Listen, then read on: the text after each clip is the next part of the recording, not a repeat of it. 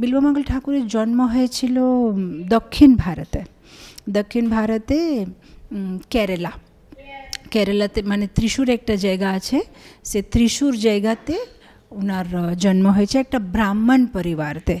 তো ওরা মানে উনি ব্রাহ্মণ পরিবারে জন্ম নিয়েছে, কিন্তু প্রথমে উনি মানে ভক্ত ছিলেন না, উনি কি বলে ভৌতিক বিষয়ে মগ্ন ছিলেন। আর ব্রাহ্মণ কুটুম্বে জন্ম নিয়েছে, কিন্তু ব্রাহ্মণে কোনো গুণ ছিল না। আর উনি বেশ্যাগমন মানে বেশ্যার কাছে যাওয়া আর কোনো নিয়ম পালন করতেন না।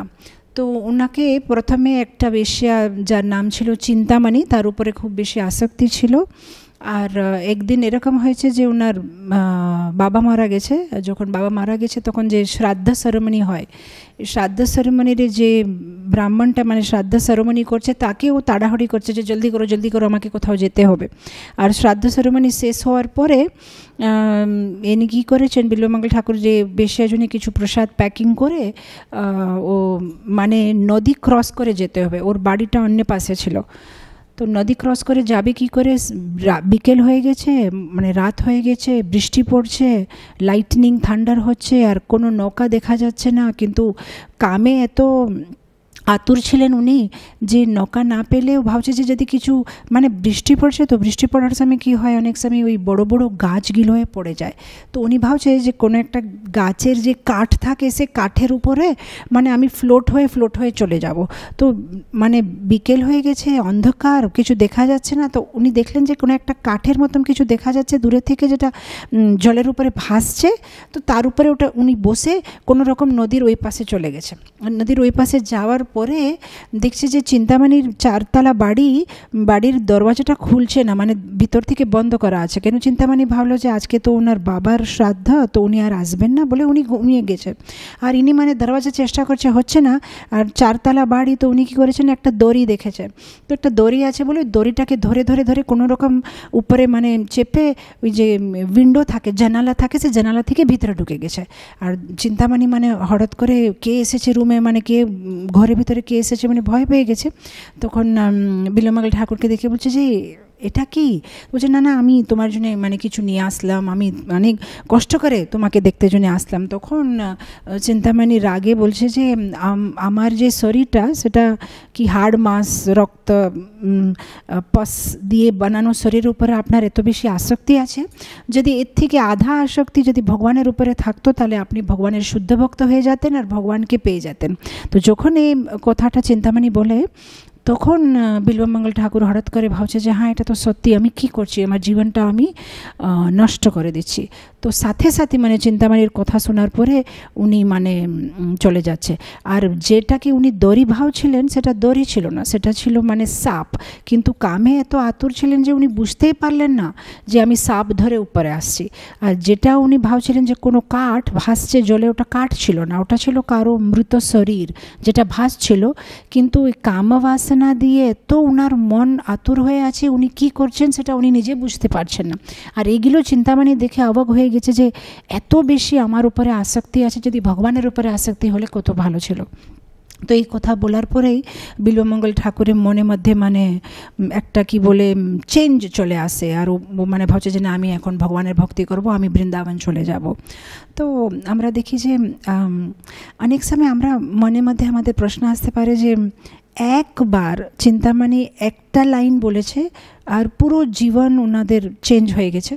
আমরা তো প্রতিদিন শুনছি ভাগবতম ক্লাস আর ভগবদ্গীতা ক্লাস আর ভক্তিশাস্ত্রী ক্লাস আর বাঞ্চন সৎসঙ্গ আমরা করছি, কিন্তু ভিতরে থেকে আমাদের কেন বৈরাগ্য আসছে না? তো একটা জিনিস তো হচ্ছে যে যদি কেউ খুব বেশি ঘুমে আছে তাকে উঠালে খুব কষ্ট, উঠবে না।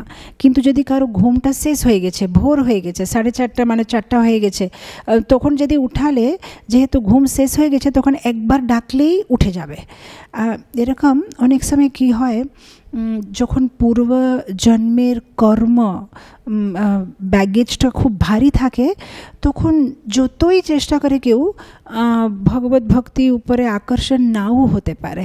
আমরা এরকম অনেক সময় দেখি প্রচারে অনেক লোকের পিছনে পড়ে আমরা অনেক চেষ্টা করি তাকে ভক্ত বানাতে জন্য, কিন্তু অনেক বছর চেষ্টা করার পরে ওর ইন্টারেস্ট থাকে না ভক্তিতে। যতই করো মানে ও ব্যাড হ্যাবিটস ছাড়বে না।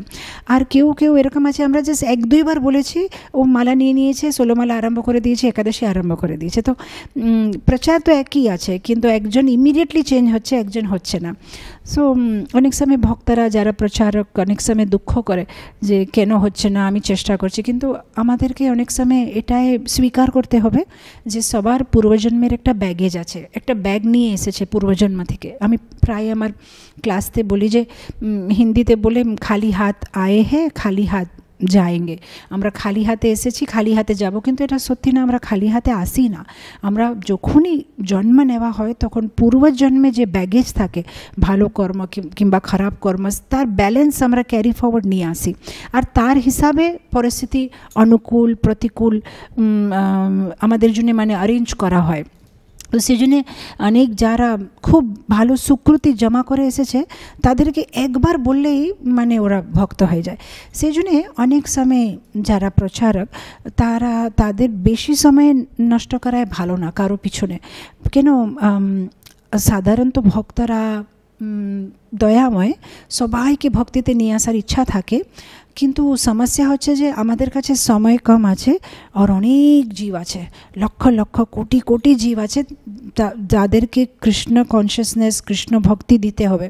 তো সেই জন্যে যাদের পিছনে বেশি সময় নষ্ট হচ্ছে আর ওরা ইন্টারেস্ট নিচ্ছে না, কমপক্ষে একবার যে ওদেরকে একটু বলা হয়ে গেছে, কিন্তু যারা ইন্টারেস্ট নিচ্ছে তাদেরকে আরও ভক্তিতে আগে নিয়ে আরেকটা আরও আরও আরও আরও নতুন নতুন লোককে টাচ করলে সবাইকে একটা চান্স দিলে ভালো হয়।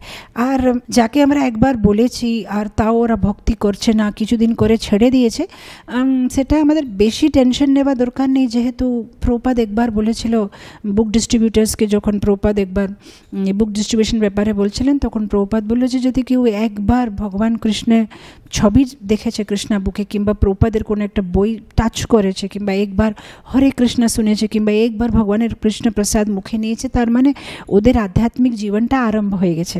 এখন এই জন্মে ওরা যদি নাও আগে बढ़ते পারবে, কিন্তু কমপক্ষে ওদের খাতা খুলে গেছে ব্যাংকে, এখন ধীরে ধীরে করে ওই ব্যাংকে খাতাতে পয়সা ভর্তি হবে।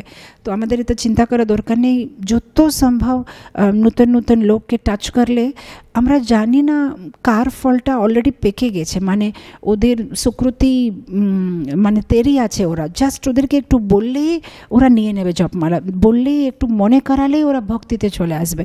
তো যত সম্ভব যত নতুন লোককে আমরা টাচ করতে পারি অত ভালো। এখানে আমরা দেখি যেহেতু বিল্বমঙ্গল ঠাকুরের সুকৃতি মানে অনেকটা মানে উনি রেডি হয়ে গেছে মায়ার যে কি বলে পিসাচির কোলে, উনি মানে ঘুম থেকে অলরেডি মানে শেষ হয়ে গেছে, উঠে গেছে, একদম এক ডাকেই উঠে গেছে। তো যখন চিন্তামণি যেরকম মানে বলছে ওনাকে রাগ করে, উনি একদম ভাবছে যে না বাস আমি আর এই করবো না, আমি এখন আর বৃন্দাবন চলে যাব। তো না এই পয়েন্টটা আমি কেন মেনশন করলাম, আমাকে একবার একটা ভক্ত ডাউট জিজ্ঞেস করছিল যে মানে যদি কাউকে আমরা ভক্ত বানাতে পারছি না তার মানে আমাদের ভিতরে কিছু দোষ আছে নাকি, কেন প্রভুপাদ তো পিওর ডিভোটি, উনি ক্লাস দিলে সবাই ভক্ত হয়ে যাবে, আমরা চেষ্টা করছি কিন্তু আমাদের মধ্যে পিওরিটি নেই। সে একটা জিনিস আছে, এটা নিশ্চয় যে প্রভুপাদ হচ্ছেন শুদ্ধ ভক্ত, আমরা সবাই সাধারণ ভক্ত, আমরা চেষ্টা করছি, কিন্তু সবসময় এটা না যে আমাদের ফল্ট। অনেক সময় এরকমই হয় যে যারা শুনছে কিংবা যারা আছে তাদের এত পুণ্য নেই ভক্তি মার্গ ভক্তি জীবনের ব্যাপারে বুঝা জন্যে, সেজন্যে প্রতিবারে নিজেকে দোষ দিয়ে যদি যারা প্রচারক তারা ডিসঅ্যাপয়েন্ট হয়ে যাবে কিংবা ডিপ্রেস হয়ে যাবে যে আরে আমার দ্বারা হবে না, আমি কাউকে ভক্ত বানাতে পারছি না। প্রবলেমই হচ্ছে যে আমরা সবসময় রিজাল্ট অপেক্ষা করি যে আমি চেষ্টা করেছি আমি যেন ফল পাই, কিন্তু প্রথম থেকে ভগবান আমাদেরকে বোঝাচ্ছে যে শুধু চেষ্টা তোমার হাতে আছে, ফল আমার হাতে আছে। তো ফল আসবে কি আসবে না সে বিচার সে কল্পনাটা ছেড়ে দিয়ে আমি আমার 100% চেষ্টা করেছি, আমি মানে কিছু করি না, বাস সেটা মনে করে আগে চলে যেতে হবে। মানে হবে, যারা ভক্ত হবে হয়ে যাবে, যদি না হচ্ছে আমাদের চলতে থাকতে হবে।